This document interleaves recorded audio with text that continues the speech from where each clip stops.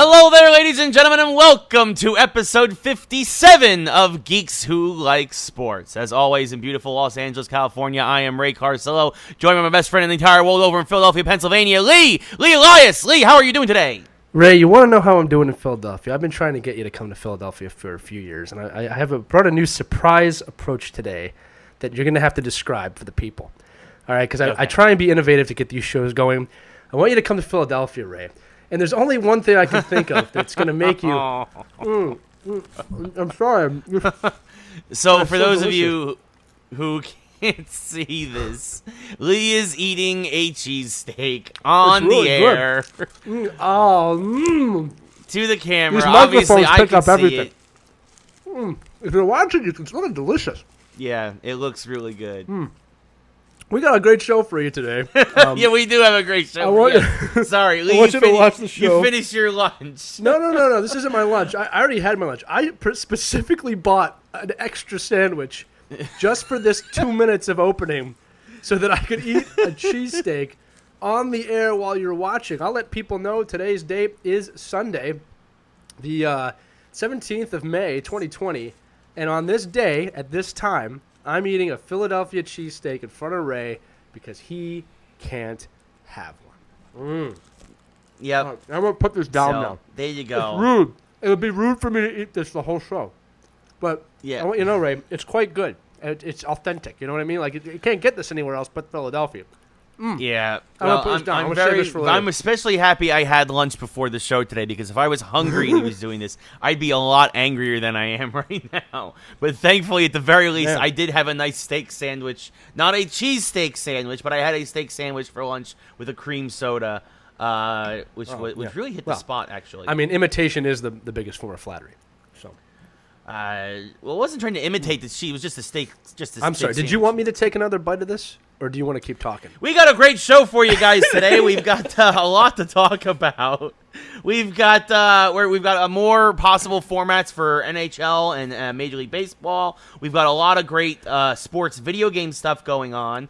We've got some other video game news, some new announcements. We're going to be talking some DC Universe. We're going to be talking about some Amazon wanting to possibly buy AMC. We'll get into that later. We've been talking about a lot of that stuff with AMC theaters the past few weeks. But we will kick things off with baseball. Of course, Major League Baseball and the MLB PA, the Players Association, are entrenched in discussions right now to try and get baseball. It seems like they are getting closer than they've ever been. Even Governor Cuomo came out and gave the thumbs up that if the Yankees and Mets want to play in front of empty crowds, they could. So that is a good thing. That is definitely steps. And of course, Bryce Harper of the Philadelphia Phillies also made some suggestions for a possible league. But Lee, I'll let you get into about what Mr. Harper was describing. He was talking about an Eastern Conference and a Western Conference, similar to basketball, and also doing the All-Star Game and a Home Run Derby right before the World Series. Which I think were all very interesting suggestions. But what are your thoughts, Lee, on Harper and how close we might be to real baseball? Yeah, so Harper's plan even went a little further about it was like almost like a 3-year plan about how to start the season, and you'd have to collectively move the start of previous seasons back. Sorry, not previous, future seasons back a month or two, and then eventually it would catch back up to where it used to be. Right. Here's the thing. I mean, like, look, it seems like a cool plan. The problem with a lot of these plans coming out with players and other people is, you know, you're starting to change the format of the game. We've talked about this in several episodes about the integrity of the game, and I get worried that we're going to start getting past that. The other problem that I have, and I know, Ray, this is annoying you too, and we're going to talk about these for a few minutes, there's starting to be too many proposals now that we're seeing. Yes. I'm telling you this from business, is that it's fun to discuss these things, but if I was the MLB or the MLPA or any of the respective sports leagues and players associations, I'd kind of tell everybody, hey, shut up. Stop putting these ideas out here because you're just going to lead to disappointment because we can't do all of them and we're not going to be able to do any of them as well as it sounds on paper. So let's bring this in-house. We'll find the best thing, and then we'll present it to the people. Now, with that said, Bryce Harper went upon himself to do this. Then some sportscasters told him to shut up. I mean, look, they got nothing to do. Okay, they got nothing to do. Leave them alone. It's okay, but at the same time, you might want to send a memo out and just say, hey, listen, appreciate that everyone's excited and you all want to get back. Let's just kind of keep quiet a little bit. You know, I don't know how many examples we need of players not keeping quiet and getting in trouble. We need this off season, if you want to call it that, the season of offness. But look, I like seeing it. Obviously I like Harper being a Phillies fan, but let's quiet down. Let's figure something out. Because here's the thing: all the sports leagues, all of them, are really committed to saying like, hey, we're going to try and come back. And again, everyone who's been calling for them just to close down the seasons and move on.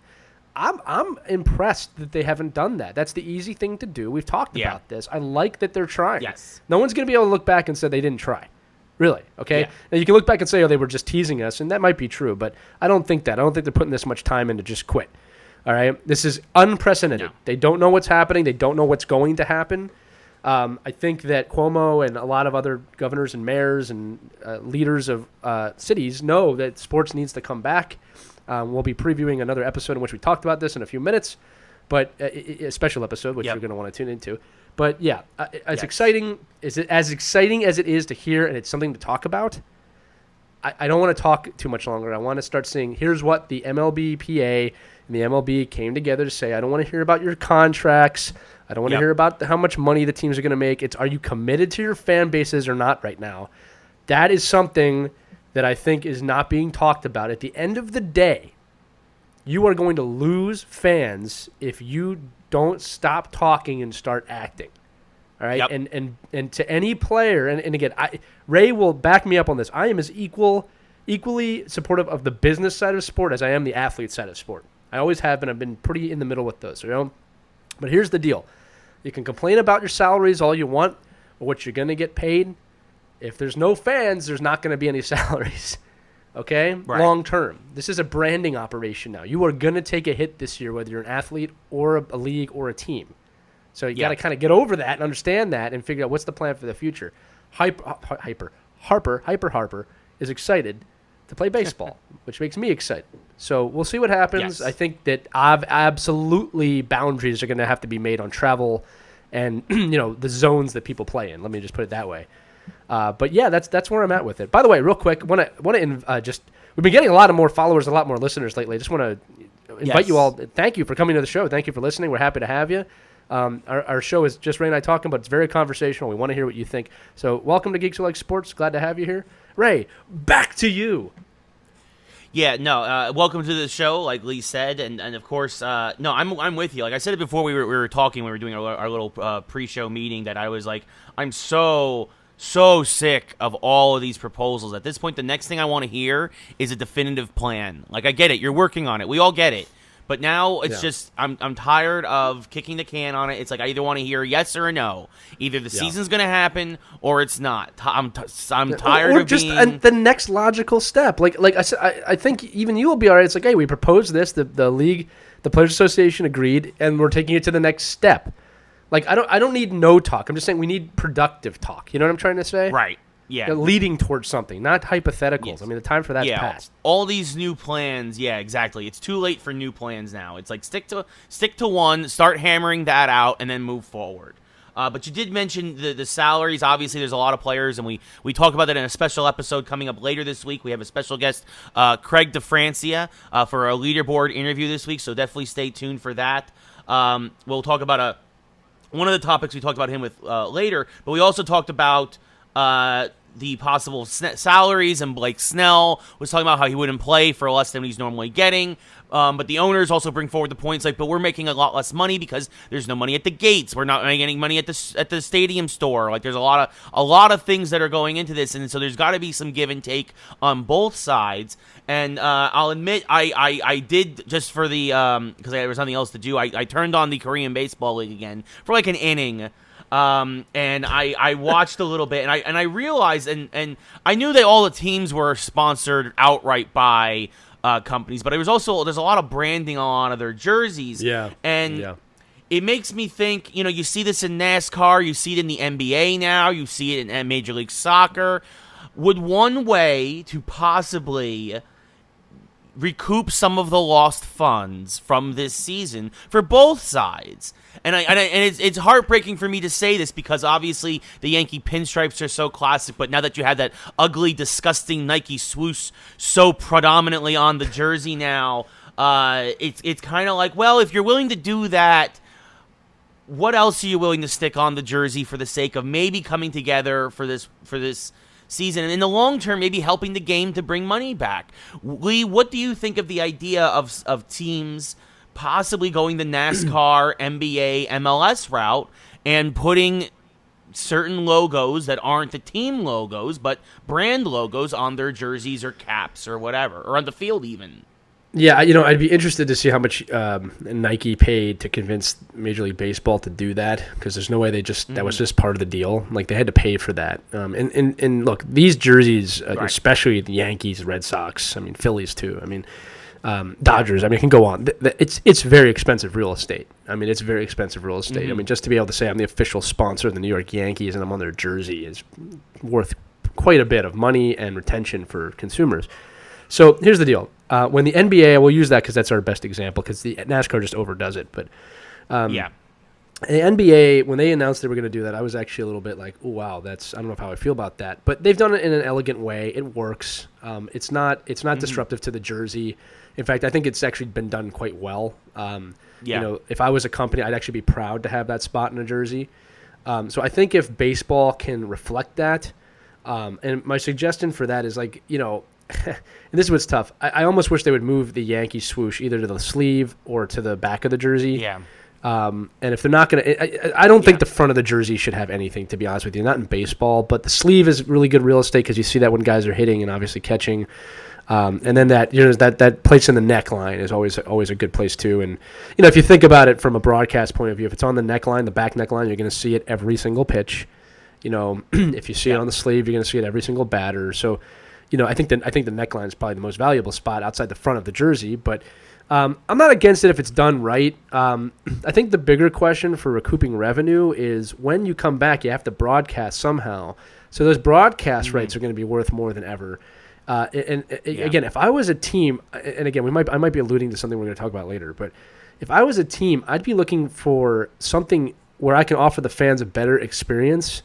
And I can almost say, hey, dump cable and buy us on demand here, and maybe you'll have a better experience. It'll cost a little bit more, but again, let's just use the Yankees. And again, people are going to complain no matter what, but let's just do the math. How much is a Yankee ticket? Average Yankee ticket?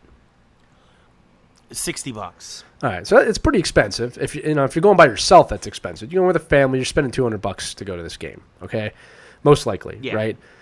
A game. So what if I broke it down and I was able to get it down like maybe $1 or $2 a game, all right, or whatever, something that makes sense. Offering obviously the broadcast, but something else with the broadcast, whether that be a discount to a hot dog store or something else to enhance the experience, or multiple camera angles, like things that you see on things like MLB Network and stuff like that. An enhanced baseball experience for you. Right? Or it's a few $100 a season. That's how you recruit money, because people can't go to the games. They're going to have to buy it. So those 60,000, 70,000 fans that are at the game are now watching on TV. There's value there, right? And I'd be willing to bet, Ray, you're in Los Angeles. I don't know what cable costs to watch the Yankees, or if you have to just watch the Yankees when they're on. But if I offered you a season ticket for $200 for every game, and it's every baseball game, not just the Yankees, right? But a $200 season ticket for the Yankees, and it's enhanced programming, and we're going to give you exclusive deals throughout the season. Would you be interested in that? Well, the thing is, I mean, if I got some extra deals along the way, but MLB TV is already $50 for the season, or $70 for the season, depending. So I mean, I can get every game that way. It might not be the enhanced experience that you talk about, but. That's the thing. That is just the way to go. I mean, so how do you make that a better deal, or how do you draw more money from that is a good question, because right now, because that too, as a fan, if I've been getting MLB TV for the 10 years it's been around or so, it's why are you going to, I get that, I don't want to have to start paying more for less. You have to create value. Okay, so you said MLB TV is $50 for every game.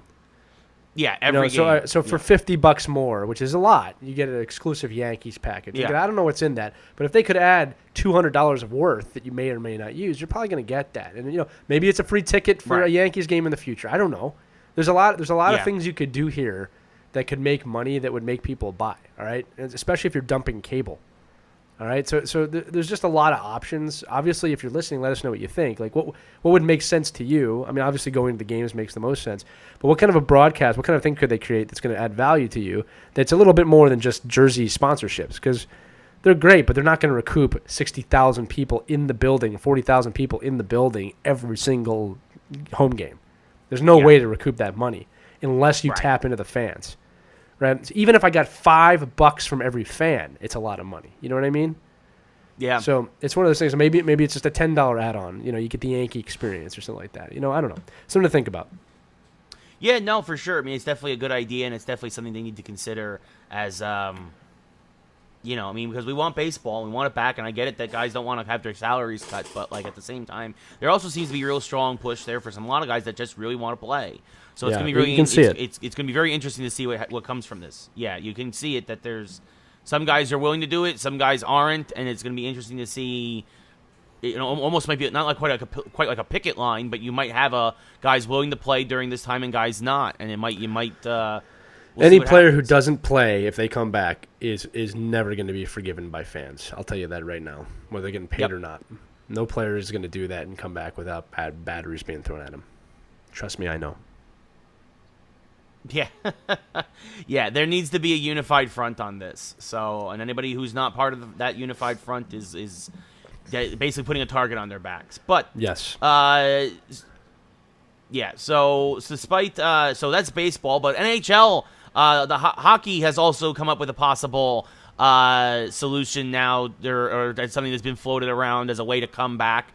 Which would be, to my understanding, and correct me if I'm wrongly, would be the end of regular season, but then to just start with a 24-team playoff bracket, which would, a lot of the teams the few teams that wouldn't make it were teams that were nowhere near the playoffs anyway, but you would then have a obviously elongated playoff run as you cut from 24 to 12 to 6 to 2 somehow. So, Lee, tell us about this new proposed format, which I'm all for because it means the Rangers make the playoffs. I don't like it. I don't condone it. It's nothing to do with the Rangers. We talk several times, and this is me not being a hypocrite too, but we talked about the integrity of the sport, and I've said many times on here that it has to be an even amount of games played in the regular season and then full 7-game series. This would not allow for that. I'm not interested in 5 wildcard teams from each division. All right, I don't like this idea. All right, because here's what's going to happen. You guarantee that. Well, if the pandemic didn't happen, that team never would have won. Is absolutely going to happen. Not to mention, I'd say there's a better than normal chance that one of the teams that's down near the 20 to 25 or 24 mark ends up winning the whole thing. Right? So I think there's a good chance a team that was out of the playoffs will win the Stanley Cup if you do that, or at least make it to the final, which is nice and exciting when you think about it, especially if you're just barely on the playoff line. But, I'll use the Rangers, man. If the Rangers got back in and won the Cup, I'm going to be happy for you as a Rangers fan. But it's what is that? You didn't earn your way into the playoffs. And that goes for any team. It's I don't want to sound like a homer because the Flyers are playing really well, or they were playing really well. But it's I wouldn't want to win that way. It just doesn't seem right. You're supposed to earn your way into the playoffs, okay? And then you gotta earn your way through that 2-month hell to win the Stanley Cup. I don't like this idea. Now I'm not gonna deny, not that I'm in control or anything like that. It's if they do it, it's hockey. It'd be exciting to watch. I'd still love it. Don't get me wrong. I just don't like it. All right. And if you're gonna come back, might as well just finish the regular season and do the playoffs. I don't know why you wouldn't do that. So I'm not for that proposal. Although I know that it's getting a lot of steam, and they're talking about it tomorrow, Monday, in the governor's meeting, the board of governors meeting. So we'll see. But no, personally, don't like it. I don't like any idea that really changes the format of how the games are being played, unless this is the only caveat, and they're not going to do this unless they're willing to do it every single year moving forward. And I'll tell you right now, they're not going to do a 24-team playoff every single year. All right, it's supposed to be hard to make the playoffs. All right, now 24 teams. There's 31 teams in the league. I mean, what does that mean? The Devils in Detroit. I mean, there's the teams that had no shot anyway are out. I don't know. It's just I don't know. Exactly. I don't like Kings, it. I don't like Sharks, where it's going. There's only 7 teams not making the playoffs. The 8 once Seattle enters the league, but this is not a thing that can continue going forward. No. So it'll be interesting to see what they come up with. But like you said, there will be a big meeting tomorrow between all the big shots in the NHL, all the governors. Yeah. So by the way, the way these meetings go is they're going to talk about really important things, and we won't know anything because they just won't tell us anything when it's done. The NHL owners and GMs love to tease everybody like, "Yeah, it was a good talk. What'd you talk about? The future." Well, anything specific? Well, nothing I want to say at this time. That's exactly what you're going to get. So don't hold your breath. Okay, they love knowing that they know more than you. They don't want you to know anything. Yeah. Okay, so just remember that. When you know hockey's back? When it's back. When you see it on TV again, exactly, it's back. Yeah, exactly. It goes for all the sports. Go. Yes. And speaking of sports that really need to come back because football OTAs need to happen as soon as possible because it just seems that football players can't stop getting into trouble without football. Correction, you'll hear this later in the week when we talk to Craig DeFrancia. So originally there was a report that Quinten Dunbar was being cleared of charges. We talked about that on that episode. Well, I can tell you right now that was untrue. So when you hear that later in the week, that's this is a preemptive retcon kind of scenario. Yeah. No, DeAndre Baker and Quinten Dunbar of the Giants and Seahawks, respectively, who are under armed robbery charges, have turned themselves in and are working with police.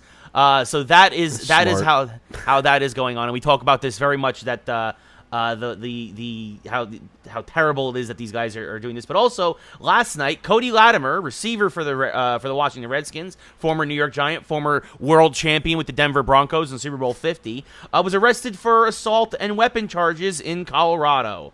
So he is now the third football player in as many days who might be going to jail. We'll see what happens. Yeah. I mean, they're going to trial.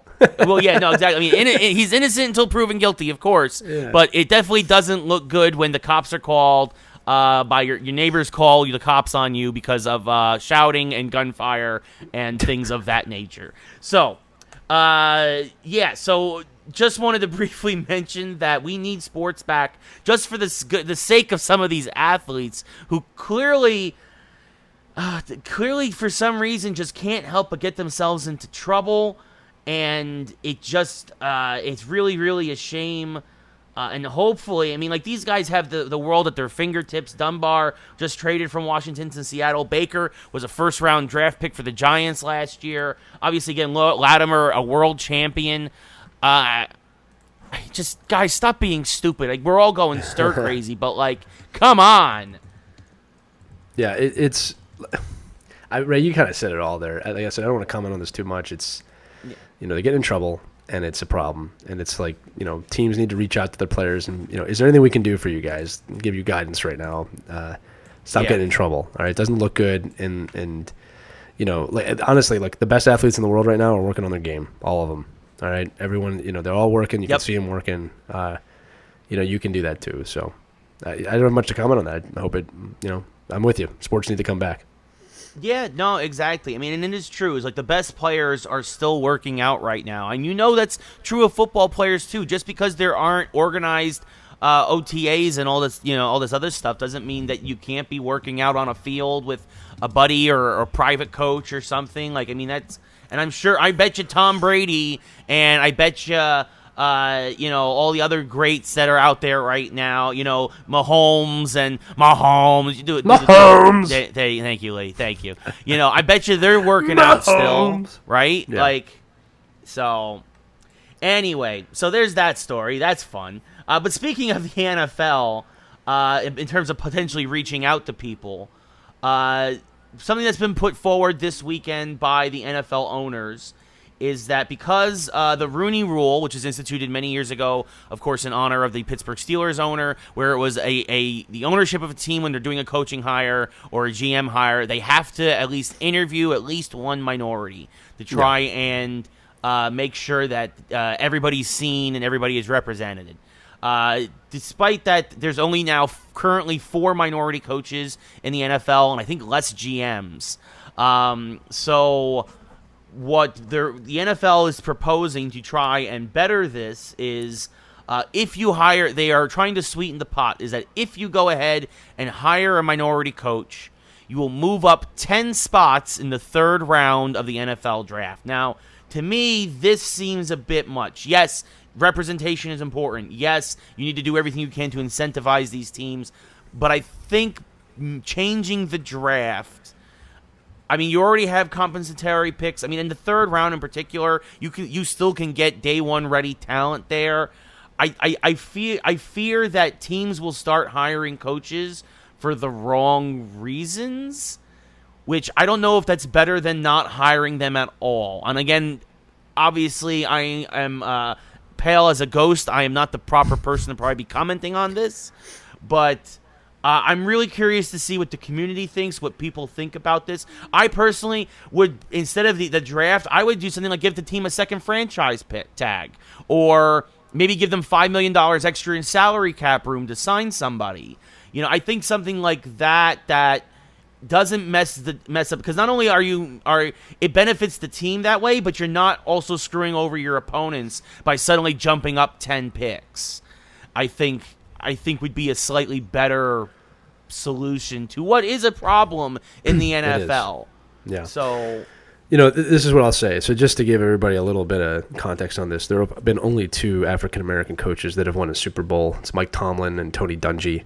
And there have been more than enough candidates that are Super Bowl ready to win Super Bowls. Okay.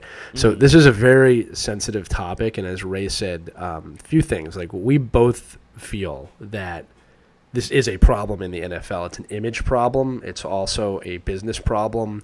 And it's just a problem in terms of race within the NFL. It's not a secret. It's been out there for a while, and it does need to be addressed. So we both agree on that. I also agree that we might not be the right people to be discussing this, and that's why I said it is a sensitive topic, but we're not shying away from talking about it today. So Ray and I take different approaches to this. I mean, well, not different approaches. What I'm saying is like different mindsets in the sense of this. Like, there's a tactical side to it, which has nothing to do with race. When Ray and I comment on that, right? It's just like literally, oh, well, we're giving a team an advantage. But then there's also the human side to it of like, well, something needs to change. So, here's the thing. I'm agreeing with Ray with this in the sense of it defeats the purpose of this rule if a team hires a minority coach, gets the picks, and then fires that coach within the same season, within a year. And I don't know if there's part of the rule there that you can't do that, but even that would be a little weird because you can't tell a team when to and when not to fire a coach, right? So here's the thing. Right. They felt strongly enough about it to incentivize it with something that big, which tells you, A, they're pretty committed to changing this, all right, at least the mindset of it. Follow me here. I don't like that a team can get a tactical advantage, but sometimes that's what has to happen to foster change. It has to be dramatic, and it has to be pretty big like that. It'd be interesting. I'd like to hear what the other coaches have to say about this, or the other GMs have to say about this. Clear problem in the National Football League. So, we need that landscape to change. It's going to change. I think that is incentive for certain teams. But I also think that, teams need to be making sure that they're interviewing the right people, the most qualified people, and that they're putting people in positions so they can get better and better and better and better, and that the game of football grows together. So, again, I'm not trying to weasel in and out of this. It's a sensitive topic, and it needs to change, and they're trying something very dramatic. So I applaud that to begin with, and hopefully it has good results. And like we always talk about, the draft is only about 50% of draft picks work out. So I don't know how big of an advantage you're actually getting.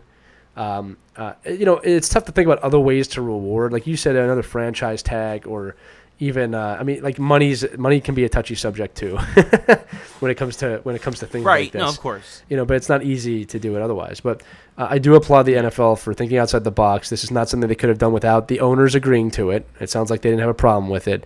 So I think that speaks volumes as well. Well, it's not official. It's not official yet. It still needs to be ratified by 3/4 of the owners. So they still have to. But it's been put forward as a suggestion from the owners. So it'll be interesting. It is a. Let me say this. It's a small step in a long journey to fix this problem. That's what I'll say. Yep. Yeah. No, that's a fair point. It's going to be interesting to see. I mean, obviously, the fact that they, like you said, they are aware of it is good, and that they seem committed to fixing it. Again, here's how the they go thing about real quick. doing that, we'll see. real quick, like the NFL has a major image problem, all right? Like the NFL, NFL got too big too fast. And what I mean by that is there was a time really over the last 5 years, but the 10 years prior, so 15 years ago, that league made just massive leaps forward in terms of professional sports in America. I mean, their business growth was unprecedented how quickly they got big, but they grew too fast and they got rich too fast. And the NFL has so much money that it ended up, with some of the rules changes and some of the no fun league, and like it got too big too fast, and like now they're paying for it. Once concussions started really becoming a problem and CTE became a problem, and then these things with Goodell and David Portnoy. I mean, I could go on with El Presidente from Barstool Sports. I mean, they just don't look good. I mean, I would really be interested to talk to NFL fans, and you can answer this below if you're listening. Like, how much respect do you have for the actual NFL, not football, the NFL? How much respect do you have for that league, the ownership, and the people running the league? And it's an open question. I'm not insinuating anything. Make sure you comment below, especially if you're like looking at the clip of this on Facebook. How much respect do you have for the National Football League, not football? I'd be curious. Ray, I'd throw that question at you right now. Yeah, I think you hit the nail on the head. I think for a long time the NFL as an organization has really dropped the ball. Like it feels like the evil empire, right? The empire, right? There's the more they squeeze to try and hold on to those planets tighter, the more slip through their fingers. And that's the way with the fan base. I mean, I love football and I love obviously my New York Giants, but again, really Goodell has not been a good commissioner overall.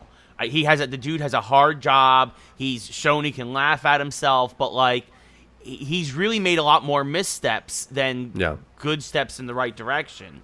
And the owners haven't helped that because obviously the commissioner represents the owners, and so you're starting to see them realize this, and you just hope that they can make the changes they need to make quickly enough to right the ship before it gets too far off course. Here's a question for you, Ray. Right? Mm-hmm. How aware were you? Now, keeping in mind we're in a very technologically different age right now, but how aware were you of Paul Tagliabue when he was at the helm? Like, how really aware were you of him? Do you know what I mean?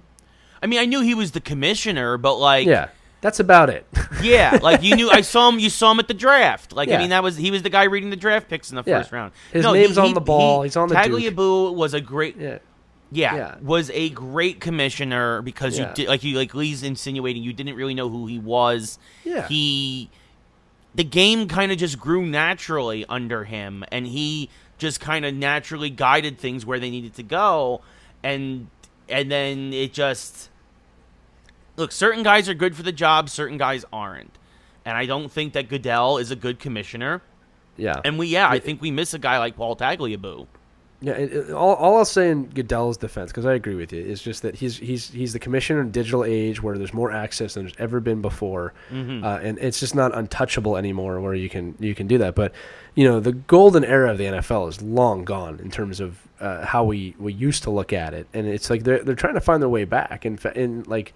Again, I remember how excited we were about the XFL because we just wanted an alternative, and it was both devastated that it went bankrupt. And again, I know it is up for sale if anybody wants to buy it. But the NFL, especially with the rules, figure it out. All right, But again, they have an image problem. That's where I was going with this whole thing, and I'm glad they're taking the steps to try and be better. They've taken a lot of good steps with CTE, although it took them way too long to do that. This is another problem. It's taking them way too long to do it, but progress is good. Again, not fast enough, not big enough strides, but I'm not going to rip progress when it does happen.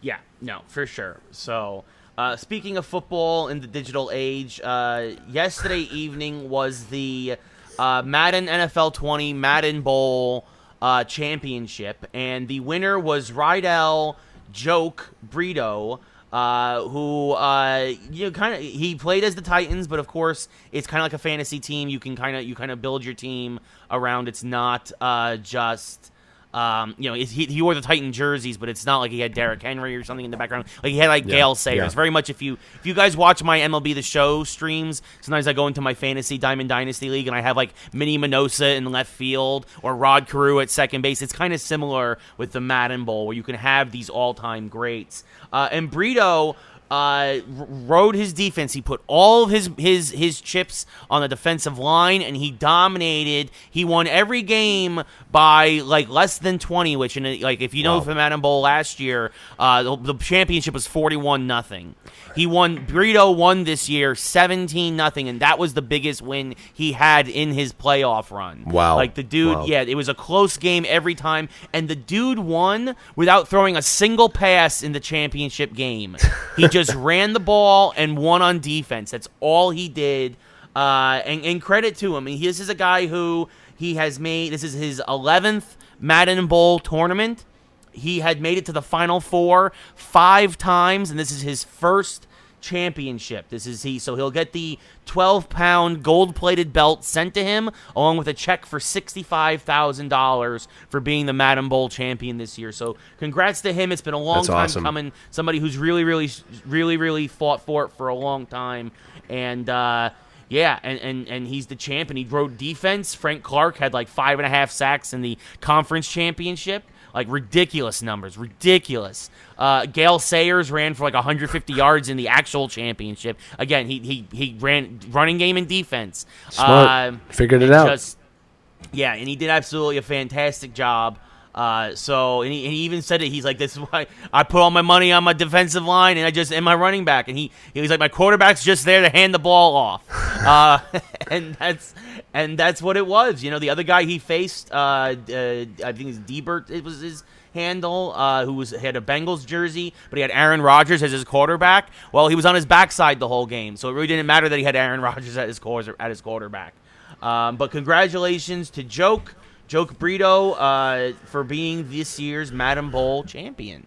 Yeah, it's like figuring out in NHL that if you shoot 45 shots at the goalie, he's going to start missing them after that because he gets tired because the game allows the goalie to get tired. But look, right. That's the cool thing about sports gaming is these games have rules, and if you can figure out a way to break the rules, or not break, but manipulate the rules and understand that, look, if I get the best D-line and I get the best running back, and I can defeat people like that because the game won't allow it to go the other way. So it wouldn't work in real football, but it works in digital football, so congratulations. Yeah, no, and it's something, I can attest to, and I used to play Madden a long time, many years ago. I used to play competitively. I used to run the ball as much as possible. Like, especially everybody used to make fun of me because I always used to play as the Giants. I'm like, yeah, but I have Brandon Jacobs and Ahmad Bradshaw. I don't need Eli to make a pass. Like, try tackling Brandon Jacobs with the Falcons D-line. You know what's funny, Ray, is that's really old school football. In a lot of us don't remember, including me. I'm not old enough, but like we grew up in a quarterback age where quarterbacks were the stars, and the NFL's made rules. You go back 50 years, it's not a passing game. It's a running game. Most games are very close. It is muddy, it is dirty, and it's bloody. Mm-hmm. I used to love listening to Vince Lombardi. I watch old footage of him talking about how hard-nosed. This game's hard-nosed. You got to run the ball. You got to run the ball, and you got to feel pain. That's how you win. You got to be a hard-nosed player. And so it's funny. The game might be more traditional to football than football at this point. Yeah. But that's old-time football. They didn't pass the ball much in the old time. You know what I mean? It's just it's pretty interesting to think about.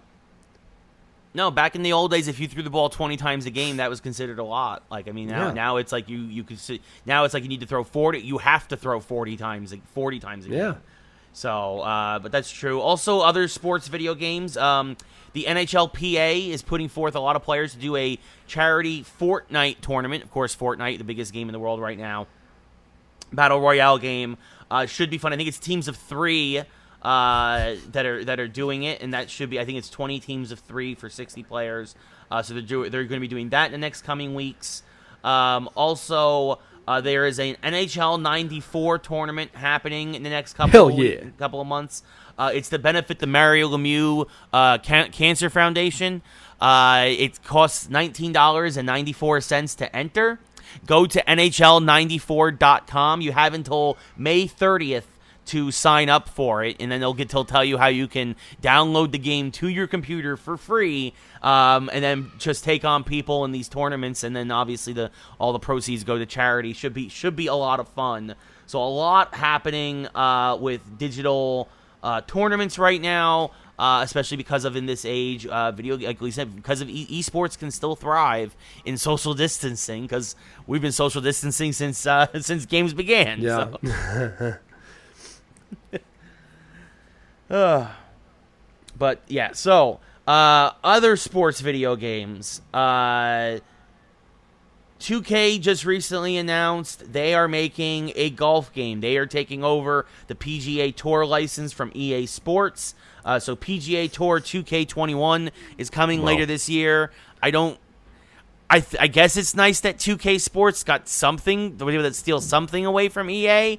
I don't know if golf is really the game that's going to be a real earth-shattering thing that puts them over the top. But, I guess you take your victories when you can get them.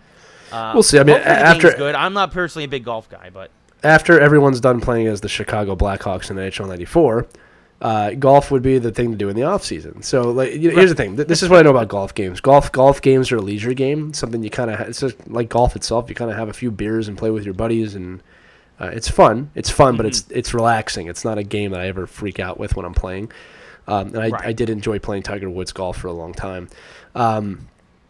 It'll be interesting to see. I mean, look, anything new, fresh blood. I mean, it's all about timing right now of when can you come back. Speaking of that, golf is coming back. They're trying to bring golf back right now. I know there is a professional event coming up soon where they're going to social distance. So, I mean, golf is probably actually going to be the first sport that comes back, unless somehow UFC beats it to the punch. But no pun intended there.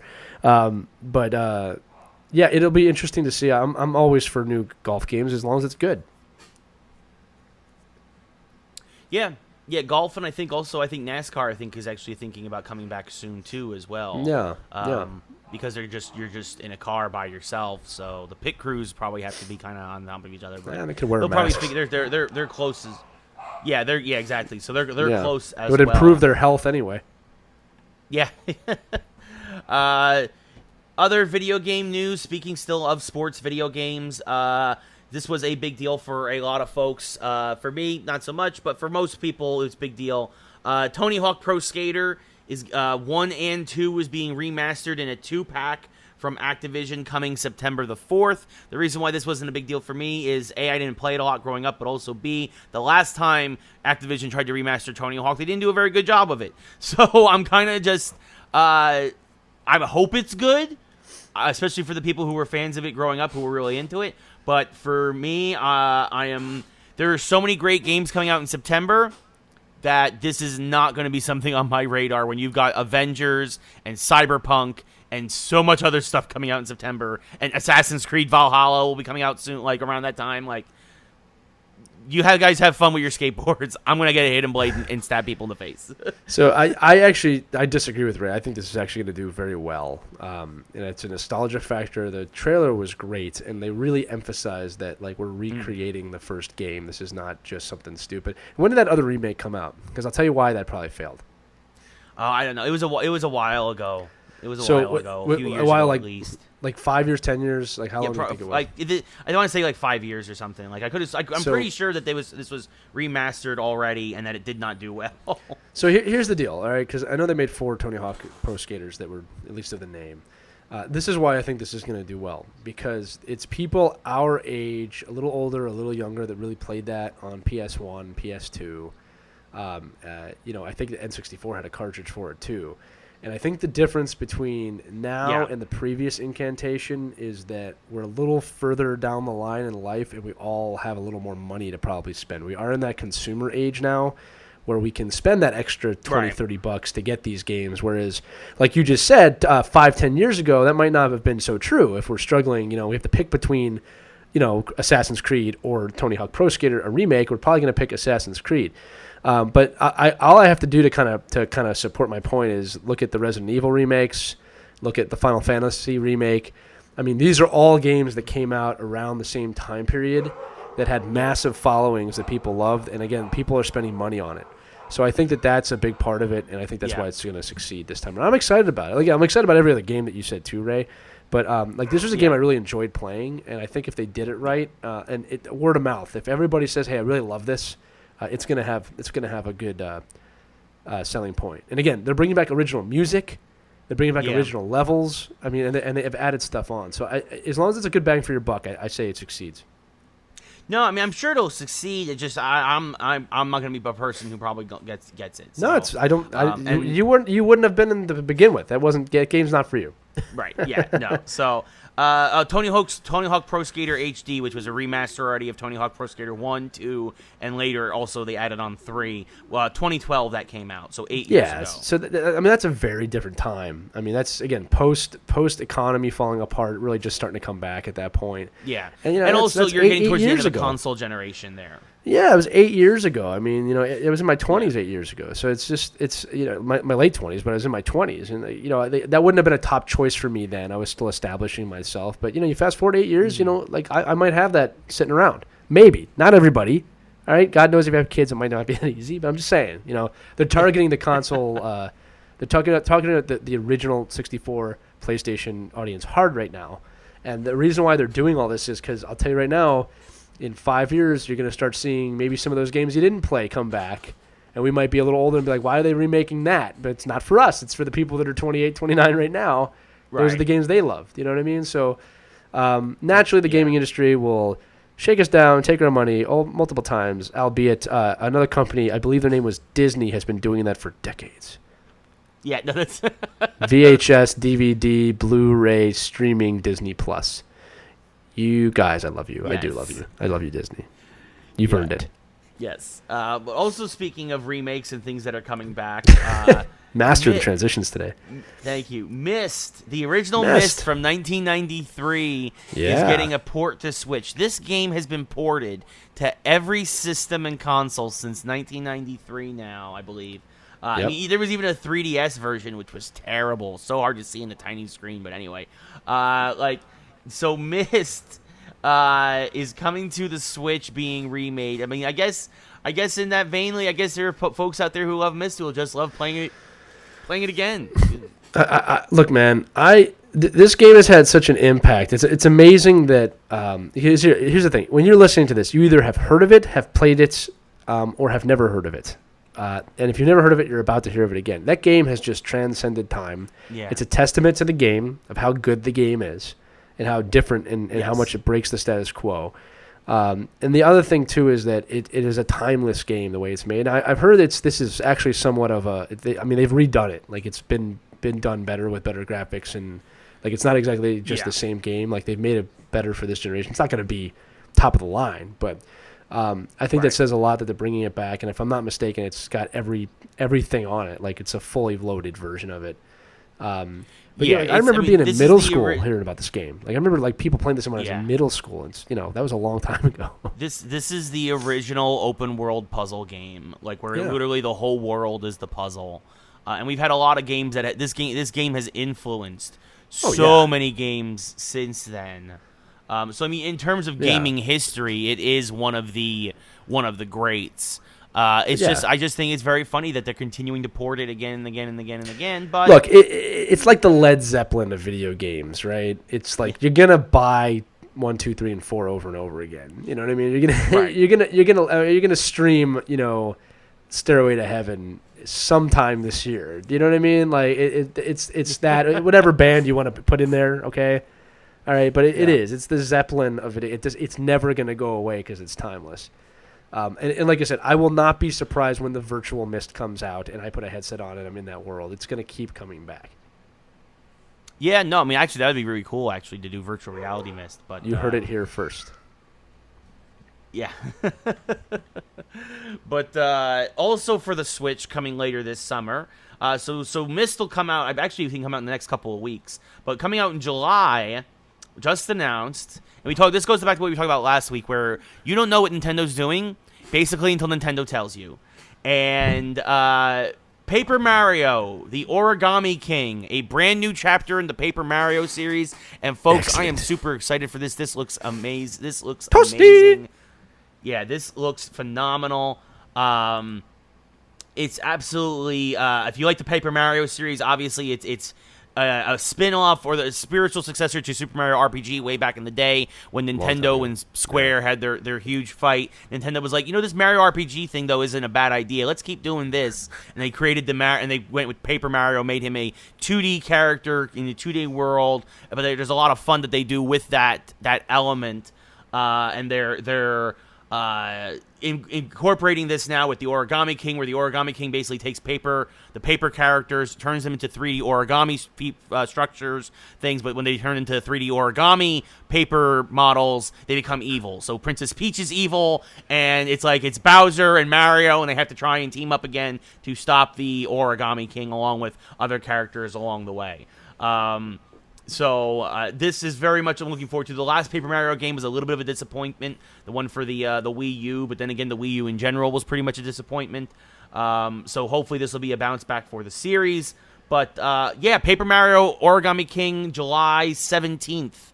I believe that is, it'll drop. So keep an eye out for that if you have a Switch. So a few things that I love that the release dates are a lot closer to the announcements now than ever before. It's a nice surprise, if you will.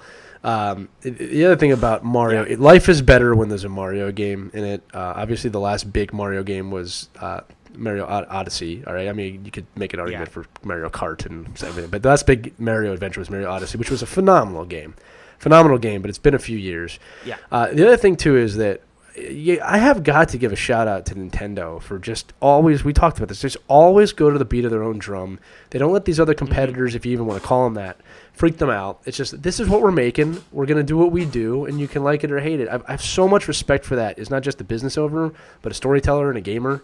And you know, not a hardcore gamer like you, Ray, but I do play. I mean, I play a game every day. That's the truth, is that, you know, a lot of people say that, well, you don't play a lot. Well, that's not true. I mean, I might be playing on my phone, but I play something every day, every single day. Yeah. Right? It just might not be with a controller all the time. But anyway, I love looking at this, because if you look at Nintendo, I was going to compare them with Disney, but Disney owns everything. So if I am going to compare them to Disney, it's like when you look at things like the Avengers game and the Mortal Kombats and the other great games of all time, you know, they fall somewhere under like that kind of Marvel Star Wars tagline.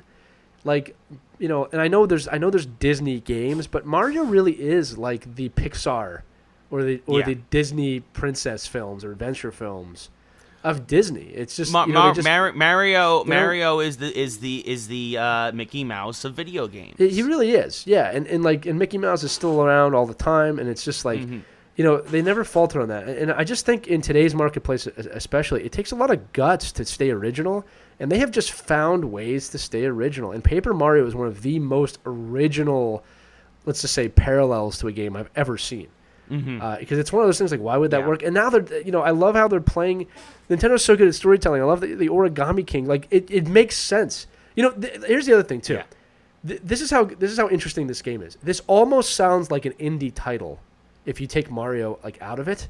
Yeah. That you'd want to play. Yeah. You know what I mean? You know, if I made Paper Ray and the Origami King, you know, I mean, granted, the main character would just complain a lot, but it would be a good game to play. You know, like, hey, get out of here, Princess Orange Lady. Like, you know, what's your name? Frog. Oh, great, Frog.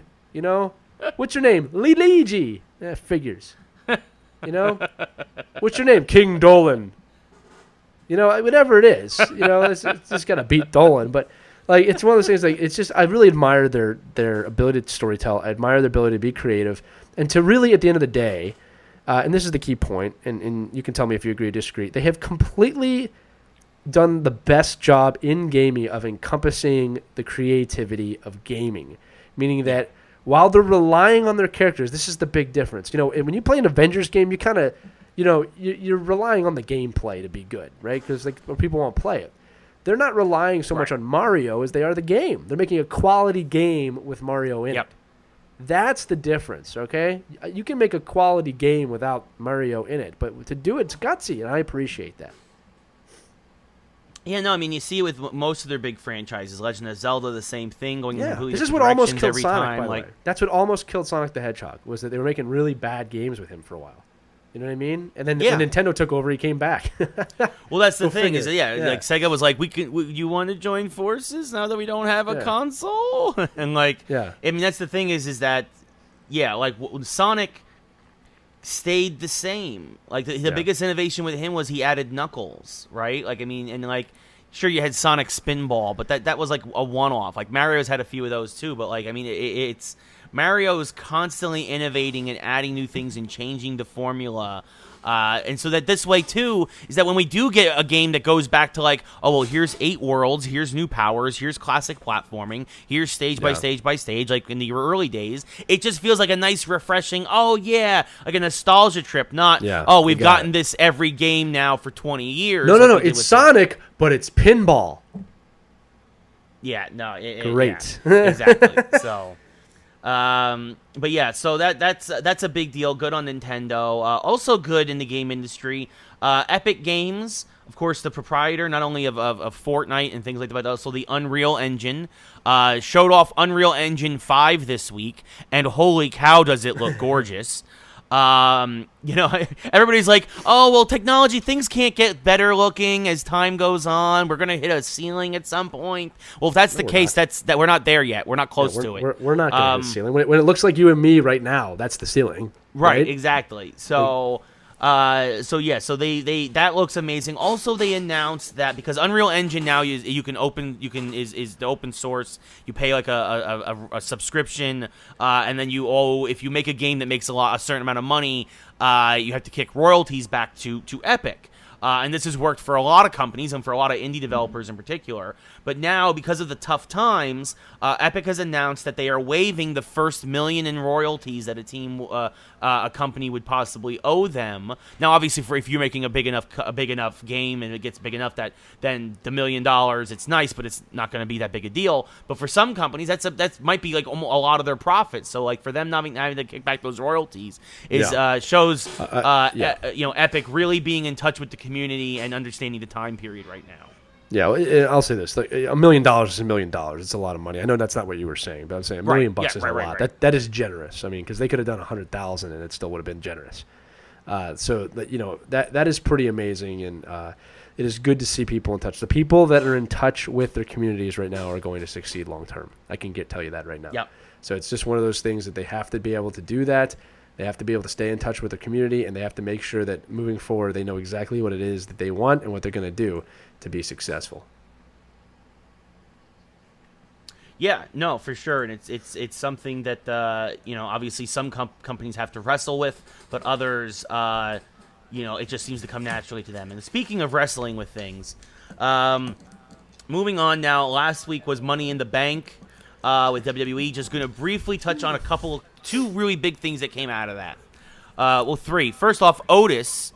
From Heavy Machinery, a tag team guy, is getting a huge singles push right now and seems to really have become a real fan favorite. He won the men's Money in the Bank to everyone's shock, which is huge.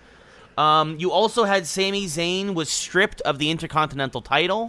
Saying WWE is saying that they're gonna have a tournament, saying that he is unable to perform. There seems to be some rumblings that there's also some issues backstage with his contract. He did just recently have a minor surgery, but it shouldn't have been enough, they said, to make him not perform. So there are some people saying that there's some friction there, but Sami Zayn had to drop the Intercontinental title. That is now going to be up for grabs.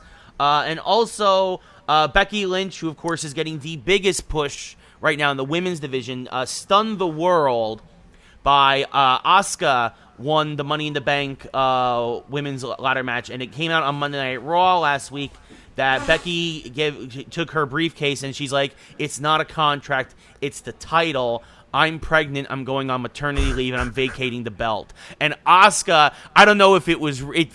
This is a moment where it blurs between if it's fake or real or not, because Asuka's shock on her face seemed so real that you believe, like, probably mimicking what everyone else felt in the WWE, the fact that literally the hottest woman wrestler right now, in terms of a push she's getting, is dropping the title to go on maternity leave, which is a big deal. Congrats to her and Seth Rollins. Of course, this is Seth Rollins. Of course, also WWE wrestler is they're together. So, and we all assume that's the father. But yeah, you are the father. Yeah, you are. WWE means Maury Povich. Yeah. But yeah, no. So that was a huge deal. And I also want to mention briefly, today just came out Jim Cornette. It's kind of funny if it's so sad. Jim Cornette, who is he is one of the greatest wrestling minds ever to have lived and to currently still be living. He is a walking historian. Like, he is a dictionary. He was also instrumental in the Attitude Era. He used to be a wrestling manager. He was key behind Smoky Mountain Wrestling. Like, I mean, he has been in wrestling for his entire life. Has a podcast and said some disparaging remarks about Becky Lynch for becoming pregnant. And he's like, and I understand what he's trying to say, but he does it in that very Jim is a kind of an angry. He makes me look peaceful and calm. He's an angry, miserable man. Wait, are you saying that I don't do that? Well, I mean, you make me look calm too, but like, I mean, like, but like, I mean, let me have another beat of this steak sandwich. Yeah, yes, okay, but no, Jim Cornette basically was like, how could you get pregnant when you're making $1 million a year? Because the and I get, because his mind only thinks about the wrestling side of things. He doesn't think about how people feel or where they are in their lives or any of this other stuff. He's just a miserable man who's like, but the wrestling! You're making $1 million a year. You're the best gimmick in wrestling right now, and you're giving it up to have a family? What? Does he have and it's kids? Just very. Does he have kids? No. Is he married? I'm pretty sure he is married, but he does not have children. So that tells me all I need to know about why he has no clue what he's talking about. Jim Cornette, yeah. Because let me tell you something right now. Yeah. For the very, very seldom, and I by seldom I mean you'd have to be a real jerk to be this way. I could be at the top of the world. My kids will come first. Okay? There's no scenario where my children would not come ahead of hockey or anything. In fact, Ray, I would say you would put my children ahead of most things, and they're not even related to you.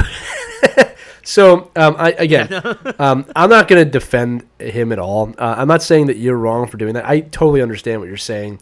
That's a stupid thing to say. It's going to be it's going to be taken as misogynistic, whether you want it to or not. All right?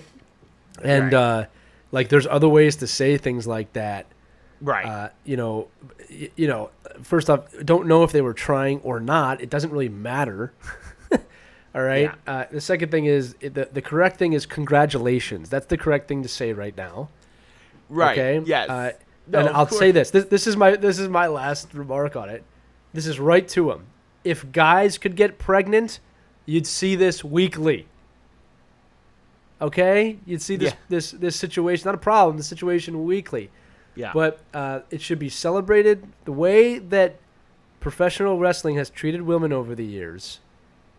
Like this, this is wonderful. It is wonderful. Congratulations to both of them. And, they could be the first child of wrestling, not first family of wrestling. There's already one of those. All right. Yeah. But, what a dumb thing to say. I mean, she told you everything you need to know about where she stands by turning the belt over. Because, yes, that is what you do. So, dumb comment. Don't support that comment. Support him, obviously. But not a smart thing to say. No, and of course, and I'm not defending Jim Cornette. Ray is not defending. Ray is not defending him. I don't want anybody to think that I took it that way or I'm insinuating that. Ray does not defend him. I just had to be me. No, like, I mean, he definitely made the wrong move. It was definitely terrible what he said, but I'm laughing at it because as a wrestling fan, I can see Jim Cornette doing this because it is so. I can too. Yeah. It is so in character for him to just be, because he's just one of these guys who just, if it's not about wrestling, it doesn't matter to him, and if it hurts wrestling, then he hates it. That's the thing. I don't think this hurts wrestling. No, I don't think so either. I don't think so in the long run either. And I just think it's very fun. I found his reaction to be hysterical. Yeah. Like, of course, wrong, but I just laugh at it because I'm like, you're just so dumb. Like, it's just you're so out of touch, dude. Yeah. And it's just there's something funny about it. But yeah, so moving on. Speaking about out of touch and dumb, let's talk about DC Comics. Oh my God, we've been waiting for this moment for a long time, Ray. By the way, this is gonna be your first chance to really unload. So I mean, I'm gonna try and I'm gonna try and pull my punches a little bit, but. Why? Don't do that, Ray. So let's get to the story. So For those of you who don't know, Harley Quinn, which is an original show on DC Universe, is now airing somewhat censored on Sci-Fi. They also announced that Swamp Thing is coming to the CW, and that Doom Patrol Season 2 will be airing on DC Universe and also on HBO Max at the same time. Both streaming services. And it's just basically like, pull the damn plug on DC Universe.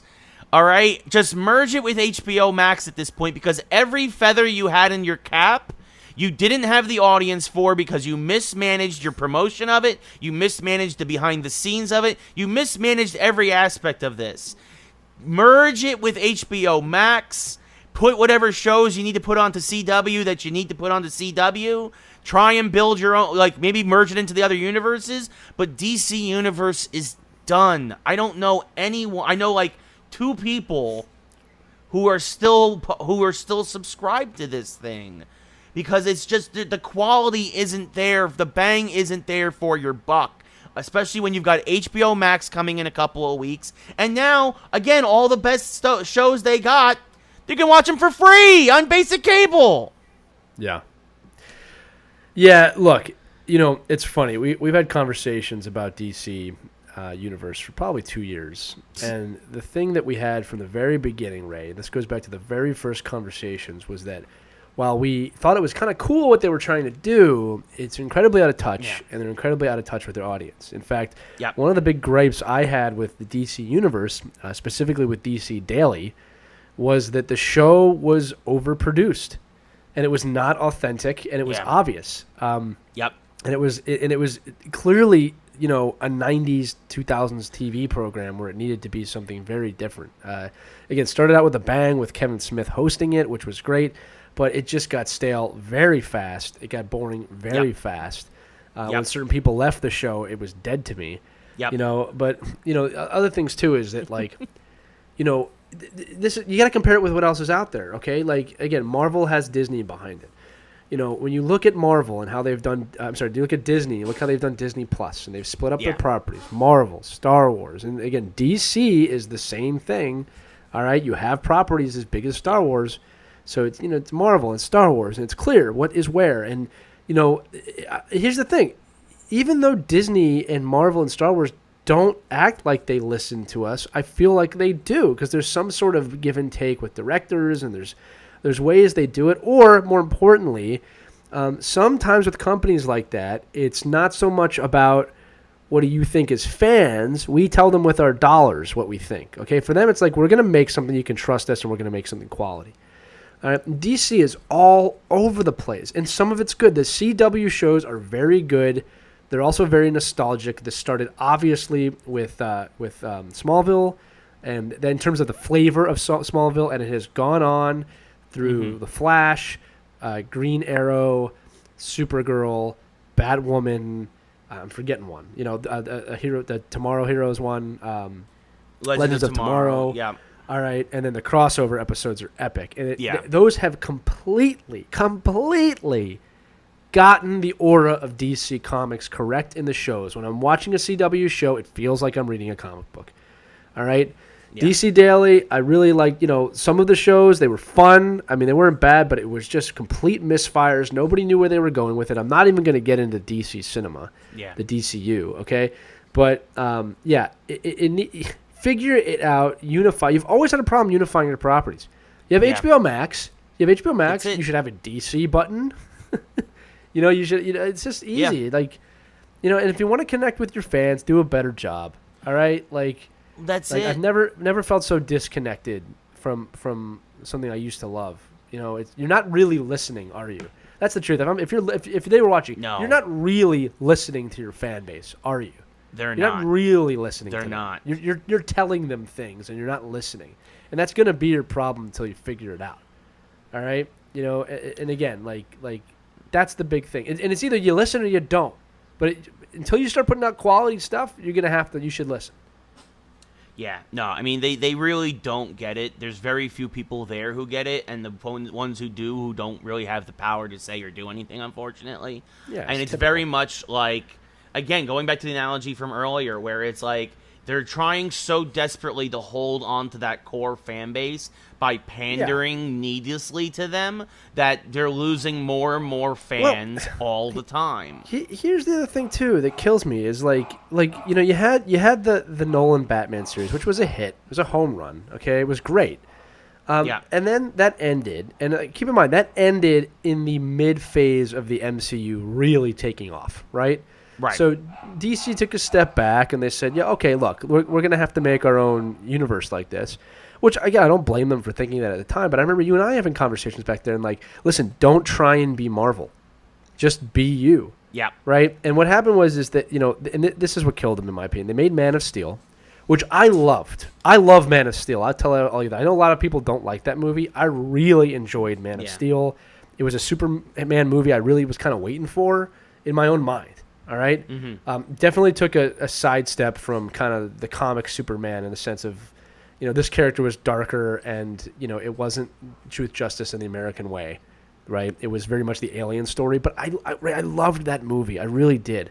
Yeah. And then this is the problem. This is why I say you have to listen fully or you have to tell people what they want, right?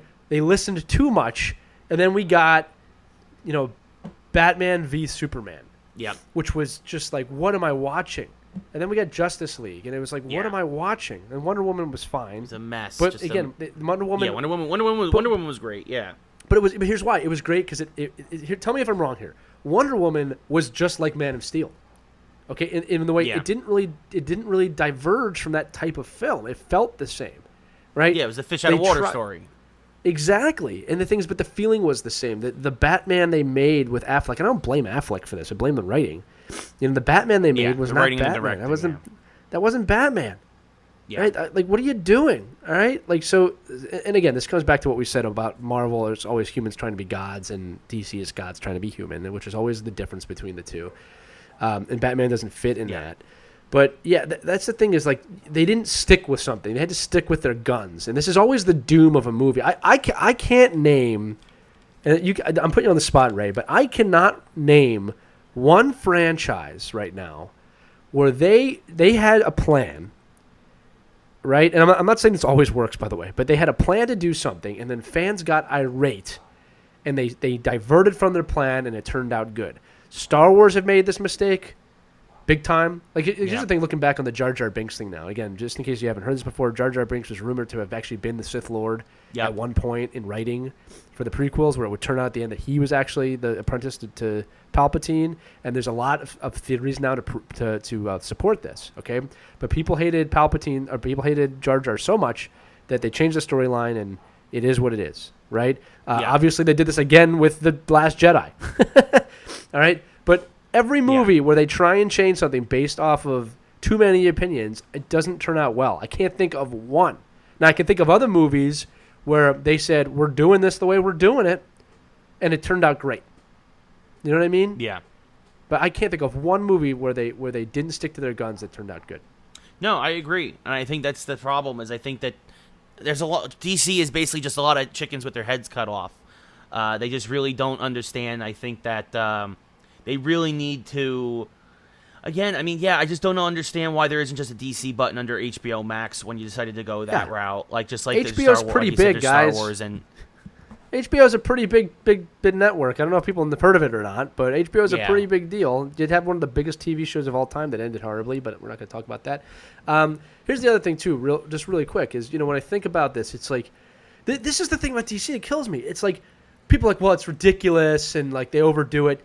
They just did, Infinite Crisis on Infinite Earths on the CW, and it was awesome, and everybody accepted it. I didn't hear any negative feedback about the Anti-Monitor or the different super people. Everybody was happy with it. Everyone. I don't know one person that said that sucked. Not one. Yeah. Like, what does that tell you? What does that tell you about that? It's supposed to be fluff. That's what it is. That's DC. It's the optimist. Yeah. Marvel's the pessimist. DC is the optimist. And it just goes to show you that when you make fluffy TV, and that's what it is, whether you want to admit it or not, it's fun. Okay, it's nobody really dies in those shows. They do, but they don't. Right? Yeah. When it's fun, it will survive even in a dark time. My wife and I have been watching The Flash. It's awesome. Yeah. Figure it out, DC. Figure it out. Why am I doing the rant right now? This is your job. You had one job. Now I'm the Marvel right now. Darn it. Well, the problem is that there's a lot of there's no leadership at DC. Really, there's nobody. Keep eating the cheesesteak. There's nobody at DC who can kind of rally the circle the wagons. There's nobody who can get everybody. It feels like, and this is from my experience when I was there, is that everybody was out for themselves. It was nobody was trying to work for the greater good. Nobody was trying to work for the brand as a whole. It was, this is what I'm responsible for. I'm going to do it well, but this is all I'm worrying about because as long as I have my job, I don't really care about what else happens. And with Marvel and with Disney, it feels like very much that everybody's in the same direction. Everybody has the same goals. Everybody is on the team. Yes, people have their individual successes, and yes, people have their own projects and whatnot. But at the end of the day, they're all doing it for the greater good. Whereas with DC, and I'm not even just talking. And this goes from from the top down to the division heads, down to the very bottom where I was, where it just feels like everybody is just worrying about their own slice of things. TV's worrying about TV, movies is worrying about movies, animation's worrying about animation, comics worrying about comics, and nobody cares about the thing as a whole. And we know what's going to end up happening is that and this is why DC now is light years behind Marvel and Disney in every aspect, every single aspect.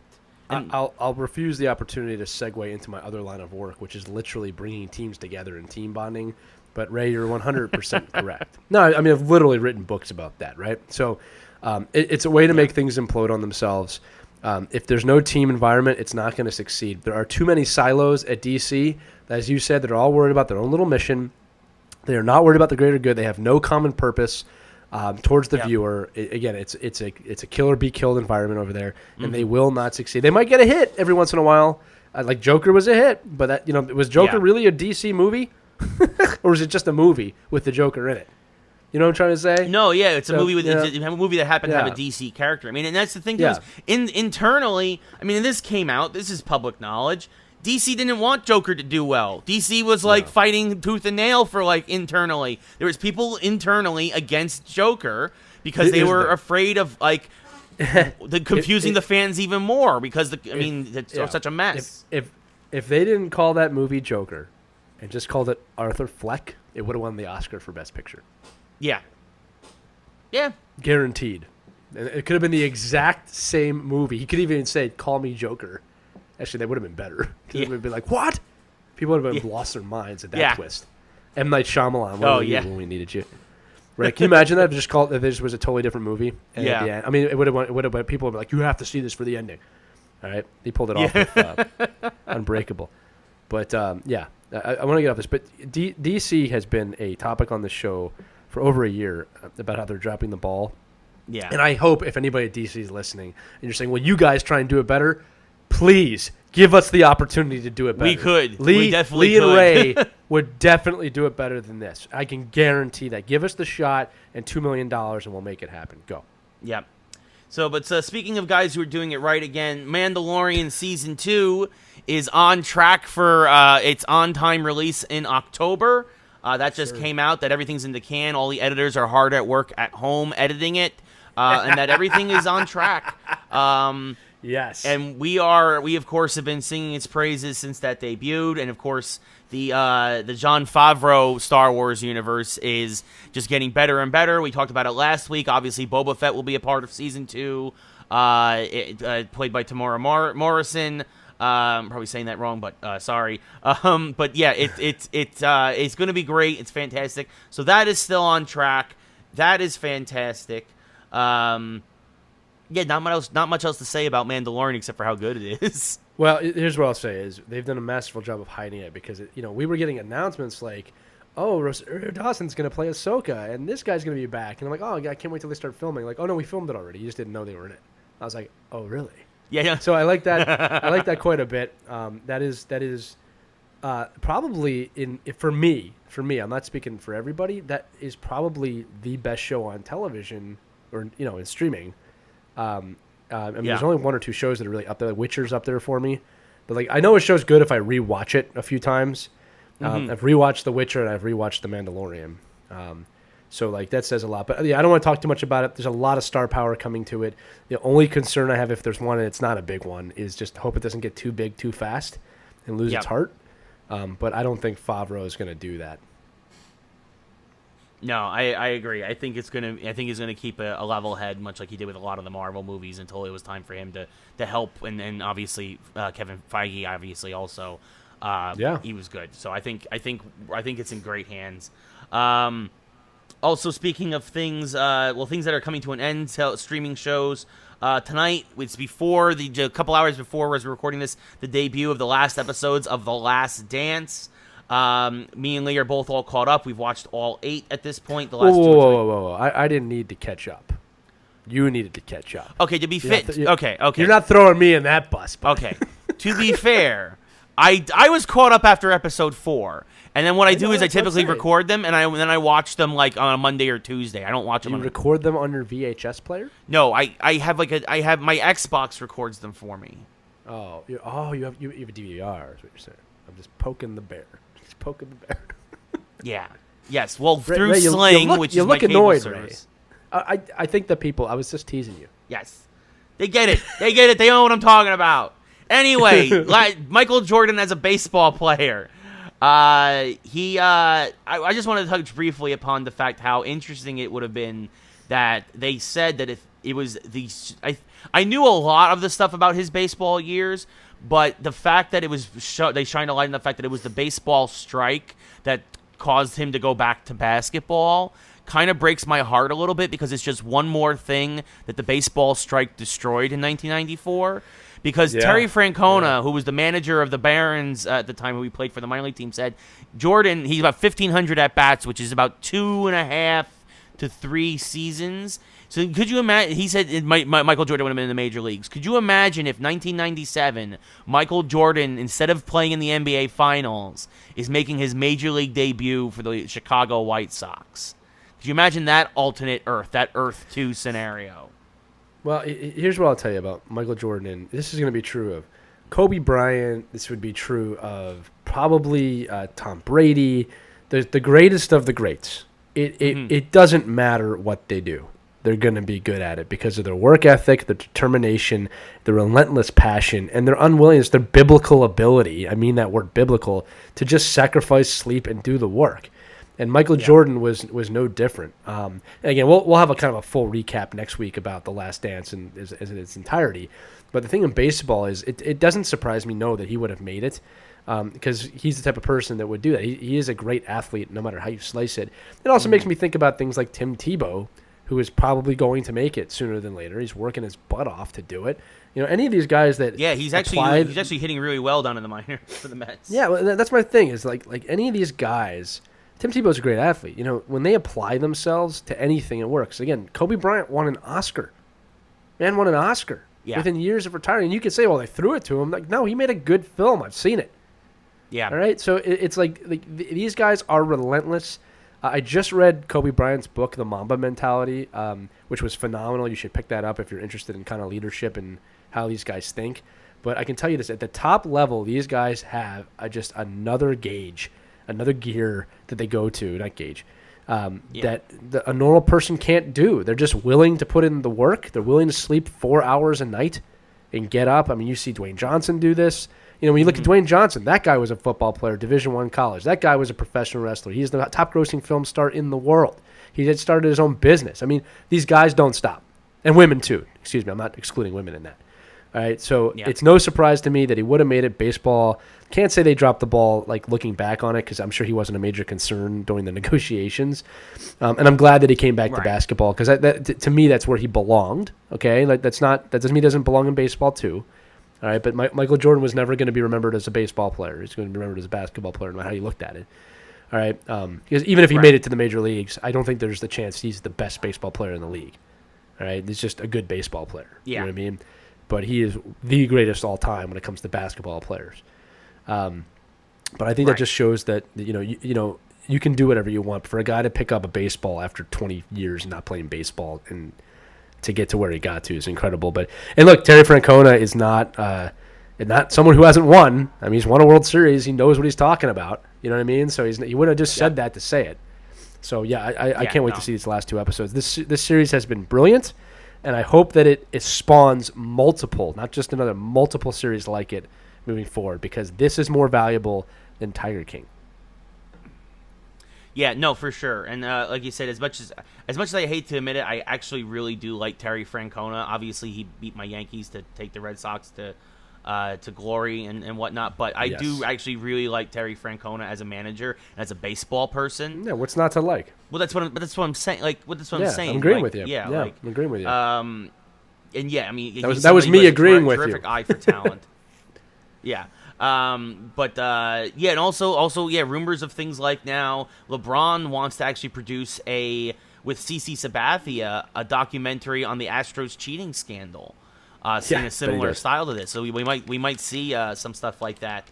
I think the tentative title is called Sign Stealing, which I think is a great title for it. But we will hear hopefully more from that. But yeah, so it's been an interesting time for streaming shows. It's been an interesting time for movie theaters. Last couple of topics before we wrap up here. Lee brought to my attention that, I mean, and not surprisingly, that companies, especially during this time, are looking to pull more commercials. It's getting harder to sell commercial airtime on typical standard television anymore. And it only kind of makes sense because now with everything streaming, you're probably better off trying to get, see if you get a pre-roll ad on a hour comedy special on Netflix, or as much as we hate it, Tiger King or whatever, than trying to advertise through traditional television, because traditional television, I don't want to say is dying, but it's definitely changing, and it's definitely not the end-all be-all. It's much like radio in the 50s, right? Like, it is dying, right? I mean, it's dying. Yeah. I mean, I'll say it. Well, I mean, I guess I don't want to say dying. I think it's transforming, right? Sure, too. I'm saying in its traditional form, it's dead. I mean, right. It's not going to survive the pandemic. I mean, again, it will transform into streaming and digital services. Yeah, no, exactly. We're seeing the rise of digital streams now, and the idea of traditional cable is going by the wayside. It's who can give me the channels that I want.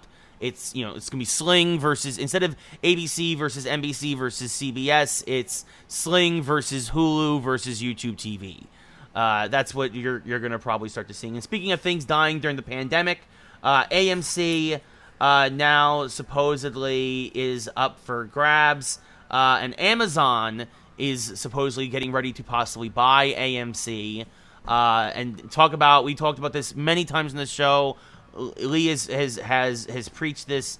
You're going to start seeing large companies buy the theaters and then put in the theaters what they want to put in there, and that's what's going to. And Amazon looks like they might even be beating Disney to the punch and get into this first, as it looks like they are going to try and buy AMC. And by the way, AMC stock for the first time in months shot up at the news of this.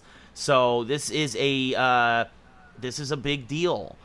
Lee, what are your thoughts on Amazon by adding another piece to the Bezos empire? Yeah, I'm all for it. I mean, I'm all for it. And I'll tell you this. And you didn't mean to strike this chord with me, but it's like I don't like that people are getting on Amazon and Bezos for all of this stuff. I mean, you can talk about the big bad Amazon, and I don't get that. We all loved Amazon, a few years ago when it was just a bookstore.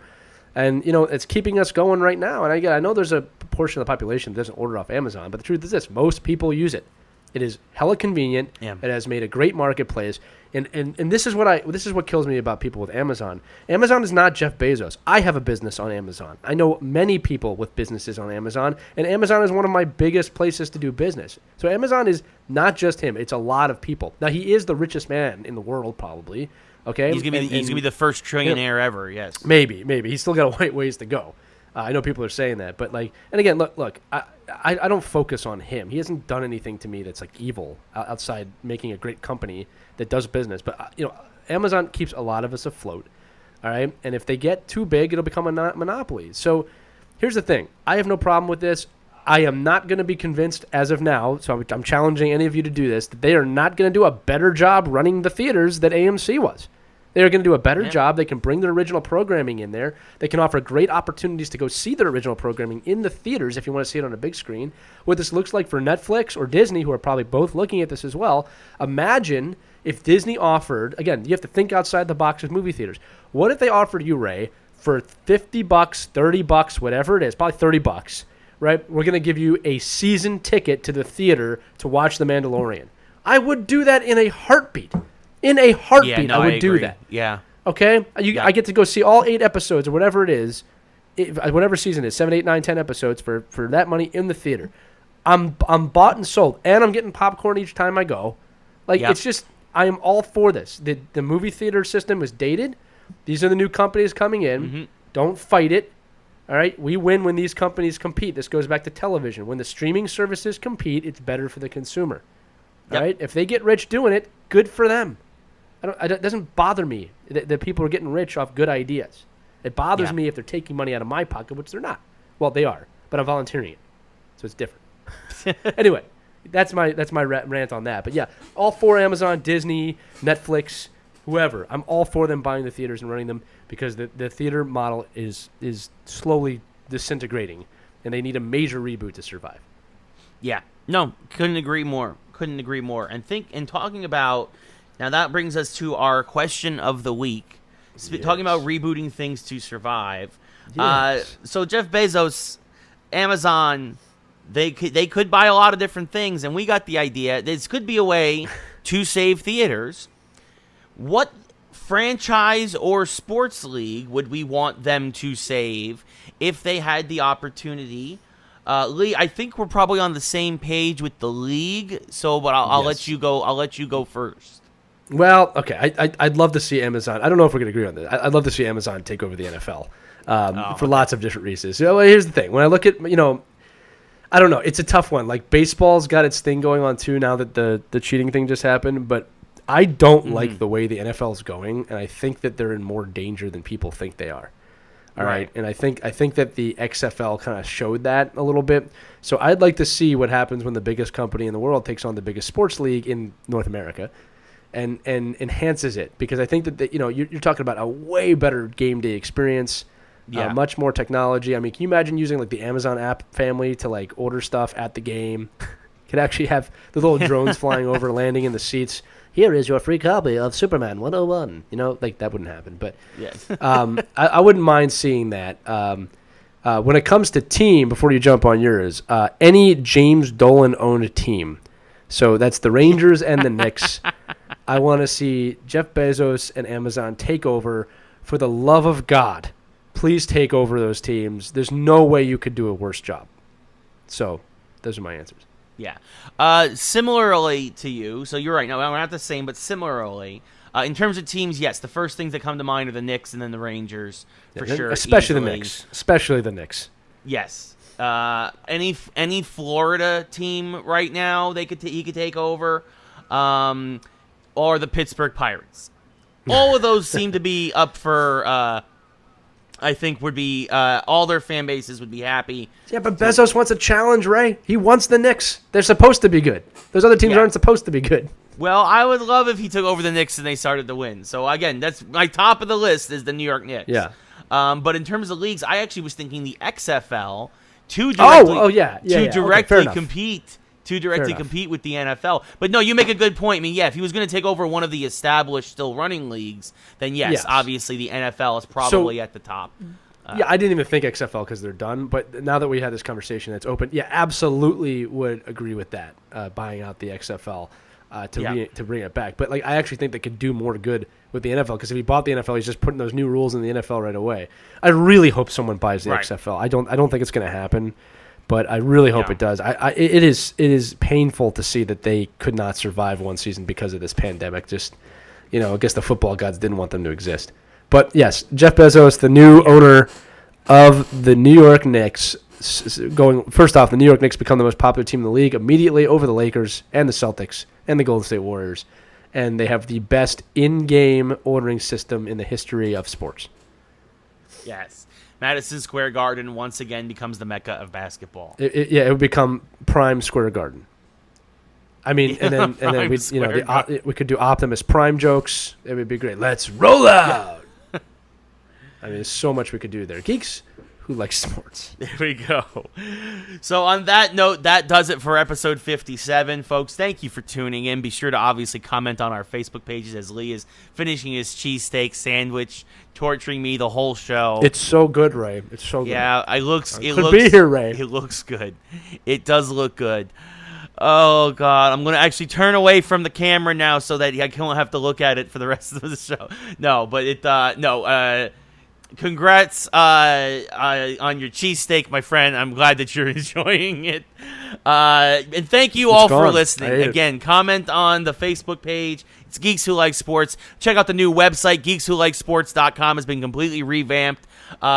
Email us, Ray at Geeks Who Like Sports, Lee at Geeks Who Like Sports, or just geekswholikesports@gmail.com. All of those work. Let us know for sure, and we will see you all next week. Actually, we'll see you later in the week with a special guest, and then we will see you next week with episode 58. But this has been episode 57 of Geeks Who Like Sports. Good night, everybody. Have a good one. We will see you next time.